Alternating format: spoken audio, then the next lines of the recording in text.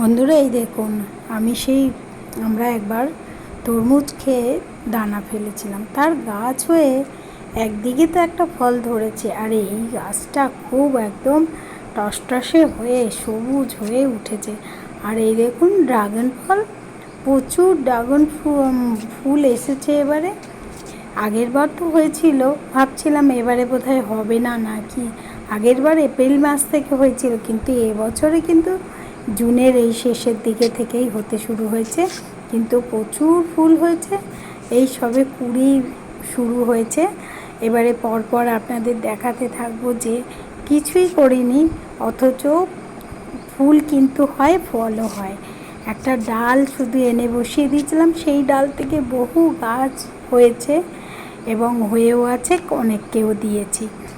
দেখুন কয়েকটা গাছের ডালে কতগুলো করে হয়েছে। সবগুলো হয়তো না হলেও একটা দুটো নষ্ট হয়ে যাবে, কিন্তু আর সব থাকবে কত বছরের। আর এই একটা ডাল মাটিতে একদম পড়ে গেছে, পড়ে গিয়ে আর এমন জায়গায় হয়েছে ওটা আমি ভিতর দিয়ে যেতে পারছি না, এই গাছগুলো তো খুব কাটা, সেই জন্য।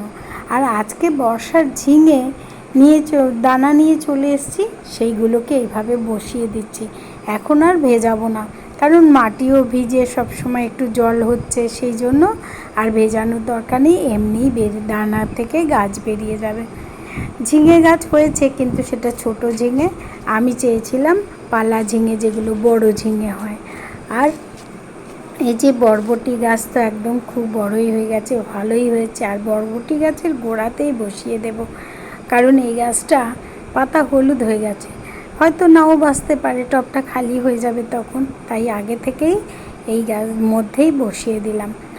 আর ভেবেছিলাম এবছরে বোধহয় আর শশা গাছ করতে পারবো না, কিন্তু গরমে যতবার বসালাম মরে গেল। একটা বেশ অনেকটাই হয়েছিল, ফুল ধরছিল, তখন মারা গেল, খুব কষ্ট হচ্ছিল, কিন্তু কিছু করার নেই।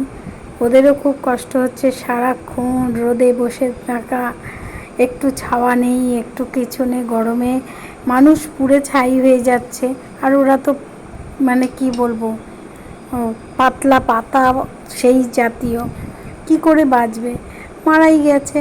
এই যে এই দিকটায় দিয়ে দিচ্ছি ঢ্যাঁড়স, ওখানে দিয়েছি কিছু কিছু জায়গায় ঝিঙে, আর এদিকে দিয়েছি ঢ্যাঁড়স। আর কিছু দেব না, কারণ এত সবজি কে খাবে। এই যে নোটে শাক, কুমড়ো শাক, তারপরে কলমি শাক, লাল শাক, আর পালং শাক, মূলো শাক, সবই তো আছে, তাহলে কি হবে এত, সেই জন্য এত বেশি কিছু দেব না। আবার কিছুদিন পরেই তো শীতের সিজন চলে আসবে, আবার সবগুলোকে তুলতে হবে, সেই জন্য এখন একটু অল্প অল্প দেব। তবে ঝিঙেটা আমি দেব। এক বছর এই এত বড় ঝিঙের ঝোল তো সবাই এসে দেখে বলতো, বড় বাবা, এত বড় হিষ্টপুষ্ট, মানে একটা ঝিঙে রান্না করলে অন্তত দুজন খেয়ে সাফিসিয়েন্ট, এতটাই বড় ঝিঙে হতো।